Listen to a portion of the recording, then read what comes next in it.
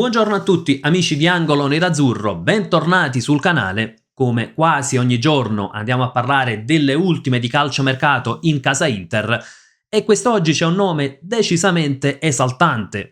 Poi, certo, le notizie di calciomercato vanno sempre analizzate, per così dire vanno prese con le pinze, non bisogna cedere a facili entusiasmi, però se ci sono dei nomi accostati alla nostra squadra che definirei effettivamente da Inter, fa sicuramente piacere.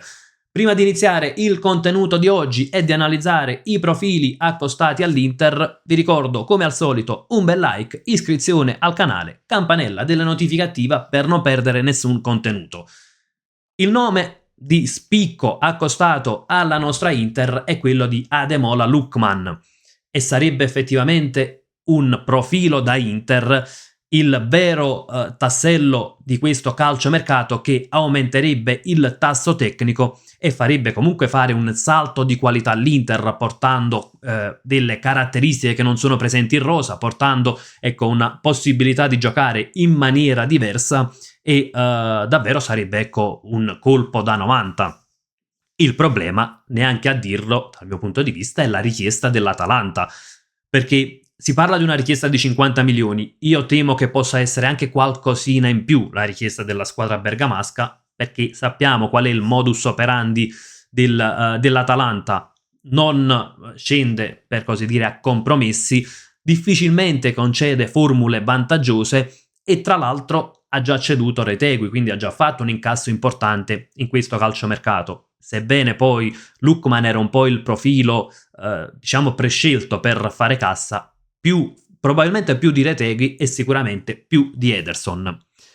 Il punto qual è? Che se valutiamo il costo di Lookman a 50-55 milioni, è facile pensare che sia difficile per l'Inter andare a prenderlo, anche perché non credo che l'Inter possa acquistare sia il difensore, chiunque esso sia, Leoni, De Winter o un altro, e credo che non si scenda sotto al costo di 30 milioni, sia l'attaccante per ulteriori 50-55 milioni. Significherebbe un ulteriore esborso oltre i quasi 70 milioni già spesi, significherebbe fare un ulteriore esborso di 80-85 milioni.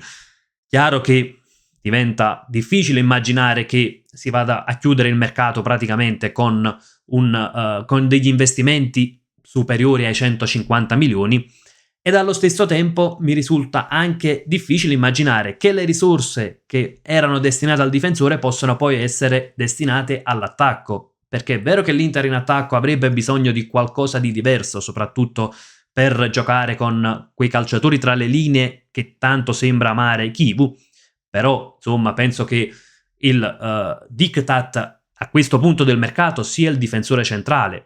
Iniziare un'altra stagione con Acerbi e De Vrij, calciatori di 37 e 33 anni, sarebbe decisamente molto rischioso dal mio punto di vista, e quindi seppur poi si facesse il colpaccio in attacco, ma si rischierebbe e non poco dietro. Quindi diciamo che per i costi non la vedo un'operazione così semplice, anche se naturalmente sarebbe quella di Lookman l'operazione che esalterebbe, credo, qualsiasi tifoso dell'Inter. È vero che una parte degli investimenti da fare per il difensore e per l'attaccante potrebbe arrivare dalle cessioni, però insomma non parliamo di cessioni particolarmente remunerative.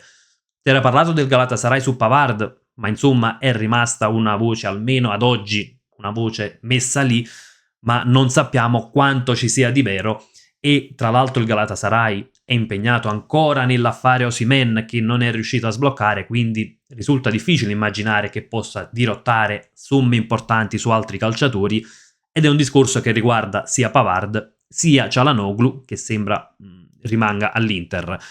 Altre cessioni, c'è quella di Taremi, l'Inter lo valuta a 10 milioni, difficile però immaginare che arrivi l'offerta effettivamente di 10 milioni. C'è la situazione Aslani con un interesse della Fiorentina, ma l'Inter lo valuta a 15 milioni e al momento non sono arrivate quelle offerte. Poi c'è la situazione Stankovic, accordo col Bruges per 8+2, ma non c'è ancora l'accordo sulla recompra. L'Inter chiede 22-25 milioni per quanto riguarda il diritto di recompra, il Bruges vorrebbe almeno una recompra fissata a 30 milioni, quindi anche quello è un affare che non si sblocca. E poi c'è la situazione Buchanan, che ha l'interesse del Villarreal.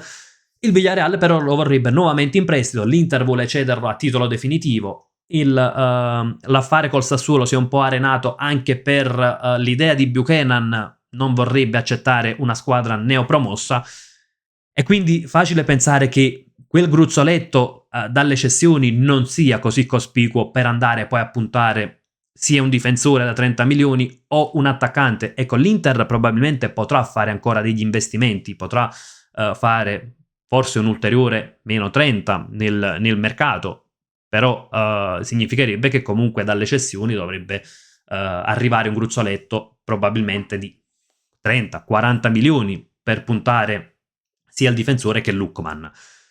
Per quanto riguarda invece le alternative al gioiello atalantino, c'è sempre il nome di Openda dell'Ipsia e come detto lì si parla di un costo di 35 milioni, anche se secondo me il costo è anche un tantino più alto, visto che l'Ipsia lo ha prelevato 2 anni fa per 40, e probabilmente ecco Openda rispetto a Lookman è un po' più finalizzatore, più d'attacco alla profondità. Lookman darebbe invece sì finalizzazione, perché comunque a Bergamo ha fatto tanti gol pesanti, sia quell'1 contro 1, quella qualità.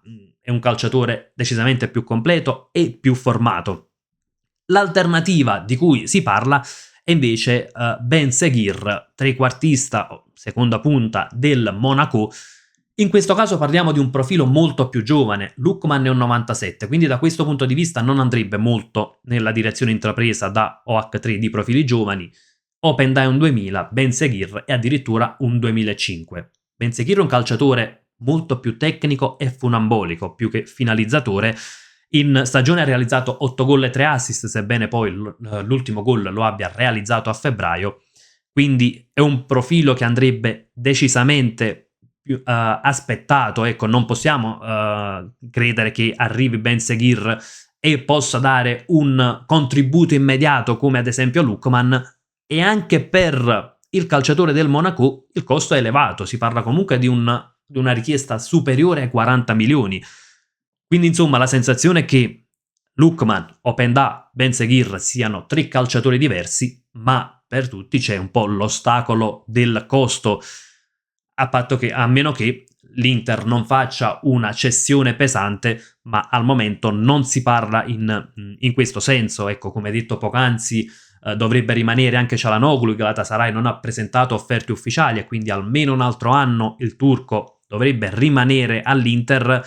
È vero che il calciomercato è ancora lungo, però una volta iniziato poi il ritiro, è facile immaginare che l'Inter non scenda più dalla richiesta di 25-30 milioni, anche perché poi significherebbe avere difficoltà sia a rimpiazzarlo sia ad amalgamare la squadra per l'inizio del campionato.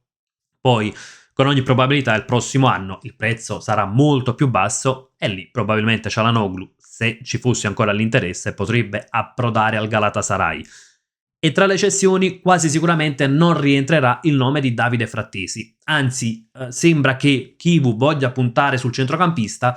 Si parla anche di rinnovo, ecco, ci potrebbe essere un ritocco dell'ingaggio ed una scadenza prorogata al 2029, quindi diciamo che il centrocampo dell'Inter non dovrebbe subire le rivoluzioni che si prospettavano qualche settimana fa. L'eventuale uscita di Aslani non sarebbe rimpiazzata perché è già arrivato Sucic.